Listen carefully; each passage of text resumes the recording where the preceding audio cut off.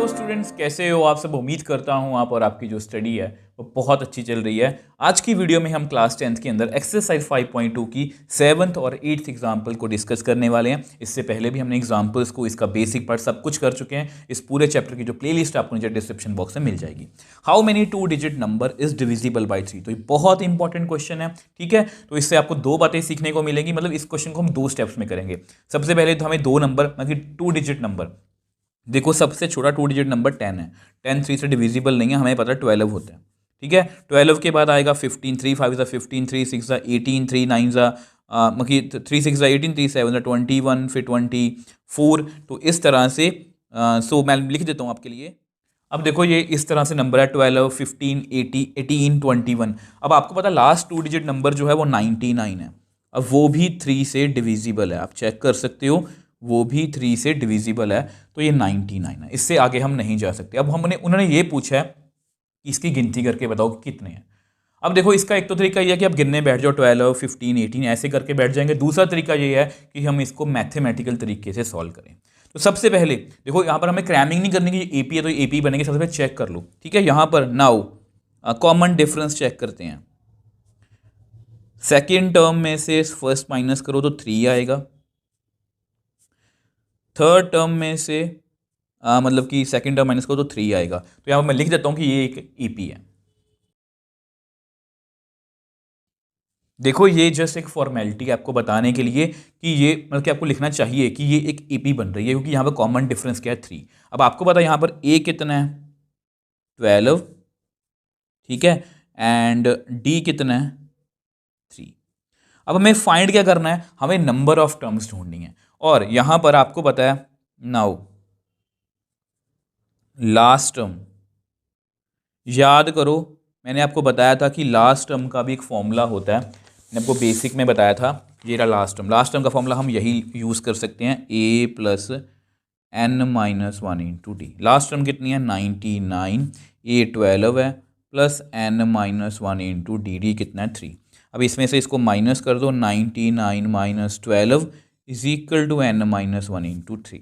यहाँ पर आएगा 7, 87 आएगा, ठीक है, is equal to n minus 1 into 3। तो n minus 1 is equal to 87/3। इसको आप कट कर सकते हो, ठीक है। तो 3 2 ज़ा 6, 3 9 ज़ा 27। तो यहाँ पर कितना आ गया 29। तो which implies n minus 1 is equal to 29। तो कितना आ गया 29 plus 1, n is equal to 30। तो देयरफॉर तो यहाँ पर मैंने वही लिखा है कि 2 डिजिट नंबर जो 3 से डिविजिबल हैं, ऐसे कितने नंबर हैं काउंटिंग में 30। ऐसा क्वेश्चन आपको 4 के साथ भी आ सकता है, 5 के साथ, 6 7 किसी भी नंबर के साथ आ सकता है। मेन आपको प्रोसीजर समझना है कि 2 डिजिट नंबर लिख लिए। अब आपको पता है लास्ट भी हमें चेक करना पड़ेगा, वो कोई भी हो सकता है। अब लास्ट 99 था 2 डिजिट नंबर, अब वो बाय चांस है कि वो 3 से अगर डिवाइड हो गया। अगर बाय चांस यहाँ पर 4 से आता तो 99 तो 4 से डिविजिबल नहीं है। 98 हम चेक करते, अगर वो नहीं होता तो 97 चेक करते। तो इस तरह से आपको ध्यान रखना है। अब हमें यहाँ पर पता है कि ये ए पी है, ए पता है, डी पता है, तो वहाँ से लास्ट टर्म का फॉर्मूला लगा के मैंने एन की वैल्यू निकाल ली। आई होप ये एग्जाम्पल आपको क्लियर है। अब देखो ये जो नेक्स्ट एग्जाम्पल है ये बहुत ही इंपॉर्टेंट है। अब इंपॉर्टेंट ये क्यों है, देखो ध्यान से इसकी स्टेटमेंट ध्यान से पढ़ना। Find 11th term from last term. हमें जो है 11th term from last term towards the first term, हमें पीछे से 11th टर्म ढूंढनी है। देखो मैं आपको इसको लिख के दिखाता हूँ, देख लो। मान लो आपके सामने ना इस तरह से 10 टर्म्स लिखी हुई हैं, ठीक है। अब देखो अगर कोई पूछे कि 5th टर्म ढूंढ दो, आप ये बता दोगे ये सी 5th टर्म। अगर कोई आपसे ये कहे कि पीछे से दूसरी टर्म बता दो, पीछे से सेकंड टर्म बताओ, वो 9th है। तो मतलब इस तरह से ये क्वेश्चन पूछा गया, तब यहाँ पर लिखा टुवर्ड्स फर्स्ट टर्म, मतलब पीछे को चलना है हमें पीछे से 11th टर्म ढूंढनी है, और ये आपकी एपी है।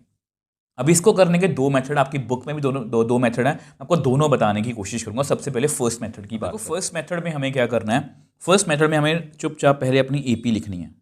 क्योंकि अगर मतलब कि देखो मुझे पीछे से 11th टर्म ढूंढनी है तो मुझे पहले टोटल नंबर ऑफ टर्म्स पता होनी चाहिए, ठीक है। अब आपको पता है यहाँ पर एपी में हमारी फर्स्ट टर्म कितनी है 10, कॉमन डिफरेंस कितना है 7, सेकेंड टर्म में से फर्स्ट माइनस करो -3, ठीक है। और यहाँ पर हमारी लास्ट टर्म भी हमें दी हुई है कितनी -62। तो मैं लास्ट टर्म का फॉर्मूला लगाने वाला हूँ, -62, लास्ट टर्म का फॉर्मूला है a plus n minus 1 into D is equal to -62। a कितना है हमारा 10, n हमें निकालना है, d कितना है -3 इज इक्वल टू -62। तो इस 10 को उधर ले जाओ, कितना आ गया 72, ठीक है। इस -3 को भी उधर ले जाओ, तो यहाँ पर कितना आ गया 3 2 ज़ा 6, 3 4 ज़ा 12, तो कितना आ गया 24। तो n कितना आ गया 24 प्लस 1 इज इक्वल टू 25। तो यहाँ पर टोटल नंबर ऑफ टर्म्स कितनी है 25। हमें क्या ढूंढना है 11th टर्म फ्रॉम लास्ट। अब इसका मैं आपको एक फॉर्मूला बता देता हूँ, एक सिंपल सा फंड है। अगर आपको कभी भी कंफ्यूजन हो, देखो फॉर्मूला आपको याद रखने की जरूरत नहीं है। तो ये टर्म्स कितनी है बताओ आप मेरे को 10। अगर मैं आपको ये कहूँ कि पीछे से सेकंड टर्म बता दो, तो आपको पता वो 9th है। तो इसको याद कैसे रखेंगे, टोटल टर्म्स कितनी है 10, पीछे से सेकंड पूछी है, उसमें मतलब कि 1 को ऐड कर देना, 10 माइनस 2 8, 8 प्लस 1 9th टर्म आ गई, ठीक है। तो यहाँ पर मैं फॉर्मूला जो है आपको लिख के देखो, इस फॉर्मूले को आप हमेशा याद रखोगे। टोटल टर्म्स में से जो टर्म पूछी है माइनस करो, प्लस 1 कर दो, ठीक है। तो टोटल टर्म्स 25 है, उसमें से -11 प्लस 1, क्योंकि अगर हमें पता लगे कौन सी टर्म फाइंड करनी है तभी हम उस टर्म के बारे में बता पाएंगे। तो 25 में से 11 जाएंगे तो 14 प्लस 1 कितना आ गया 15। तो देयरफॉर हमें कौन सी टर्म फाइंड करनी है a15। a15 का फॉर्मूला क्या होगा a plus 15 minus 1 into D. तो इसको आप ऐसे लिख सकते हो, a कितना है हमारा 10, यहाँ पर 14, डी कितना है -3, ठीक है। तो 10 यहाँ पर आएगा -42, तो -32 आ गया। तो ये आपकी जो है ये आपका रिक्वायर्ड आंसर है। तो पीछे से जो 11 टर्म है वो कितनी है -32। आई होप कि ये जो मेथड है आपको अच्छे से समझ में आया होगा। अगर किसी बच्चे को लग रहा है कि ये मेथड जो है थोड़ा सा लेंथी है, हमें शॉर्ट मेथड करना है, वो आपको नेक्स्ट पेज पे बता देता हूँ। उसमें जस्ट थोड़ा सा हमारा बेसिक जो है वो स्ट्रांग होना चाहिए और आपकी एपी पर पकड़ अच्छी होनी चाहिए, वो भी मैं आपको बता दूंगा। दोबारा से बता देता हूँ, यहाँ पर सबसे पहले जब भी ऐसा क्वेश्चन आएगा, अगर आपको ये मेथड फॉलो करना है, आपको सबसे पहले एल ढूंढना है। सॉरी एल तो आपको पता है, आपको एन ढूंढना है। टोटल नंबर ऑफ टर्म जैसे ही आ गई, उसमें से जैसे अगर उन्होंने पूछा कि पीछे से 9th टर्म है, तो हम क्या करेंगे 25 में से 9 को घटाएंगे, उसमें एक ऐड कर देंगे, तो वो टर्म जो भी आएगी वो हमें फाइंड करनी है। आई होप ये आपको क्लियर है। अब आप सेकंड मेथड की बात कर लेते हैं।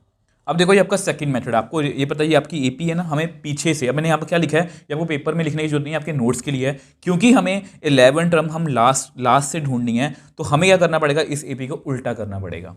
अभी इस एपी को बहुत ध्यान से हमें उल्टा करना है। उल्टा करने से मेरा मतलब इसको उल्टा लिखेंगे। अब ये जो लास्ट टर्म है इसको पहले लिख दो। अब बहुत से बच्चों को डाउट होगा हम यहाँ पर कैसे टर्म लिखेंगे। अब आपको पता है अगर हम पीछे चलें, ठीक है, अगर हम 4 से पिछली टर्म देखें, तो 4 में 3 मैंने ऐड किया हुआ है 7 आ गया, 7 में 3 मैंने ऐड किया हुआ 10 आ गया। अब इसमें -62 में अगर हम 3 को ऐड करेंगे तो बेसिकली कितना आएगा 59, माइनस के 59, उसमें 3 ऐड करेंगे तो माइनस के 56 आएगा, एंड सो ऑन। और फिर वही 7 4 4 7 10, मतलब कि मैं रिवर्स लिख रहा हूँ। अब मैंने यहाँ पर इसको रिवर्स किया, रिवर्स आपने बहुत मतलब कि ध्यान से करना है, ठीक है, इसको देख के रिवर्स करना है कि 4 में ऐड किया 3 तो 7 आया, 7 में 3 ऐड किया 10 आया। तो इसी तरह से मैं इसमें पीछे को नंबर ऐड कर रहा हूँ। अब आपका ए कितना है -62, एंड अब आपका डी कितना है, सेकेंड टर्म फर्स्ट टर्म, बीच में माइनस का साइन, तो -59 प्लस 62, तो डी कितना आ गया यहाँ पर 3, ठीक है। ए भी पता है मुझे, डी भी पता है, और मुझे कौन सी टर्म फाइंड करनी है अब, क्योंकि मैं देखो यहाँ मैंने सिर्फ आपके नोट्स के लिखा है, सिंस हमने एपी को रिवर्स कर लिया है तो हम डायरेक्टली 11 टर्म कैलकुलेट कर देंगे। 11 का फॉर्मूला क्या होगा, ए प्लस 11 माइनस इंटू डी, ठीक है। ए कितना है -62, यहाँ पर 10, डी कितना है 3, तो -62 प्लस 30, तो A11 कितना आ गया -32। पिछला आंसर भी हमारा यही था, ठीक है। अब देखो ये दोनों मेथड आपके सामने है, ये पर्सनल आपकी चॉइस है कि आपको फर्स्ट मेथड से करना है या सेकंड मेथड से करना है। जैसा कि मैंने आपको बताया था कि सेकंड मेथड जो है वो थोड़ा सा आपका ईपी में पकड़ अच्छी होनी चाहिए। हमने इसको रिवर्स क्यों किया, इसको फिर से समझा देता हूँ। ये आपकी एपी है, अब पीछे से सेकंड टर्म 9th है, अगर इसको मैं उल्टा लिख लूँ, अगर इसको मैं लिखूँ 10 9 8 7, अब आपको पता आपकी सेकंड टर्म 9th है, तो वही मैंने यहाँ पर किया, मैंने इसको रिवर्स कर लिया। रिवर्स करने का प्रोसीजर मैंने आपको बता दिया कि जो यहाँ पर पैटर्न बन रहा है उसी को मैंने किया।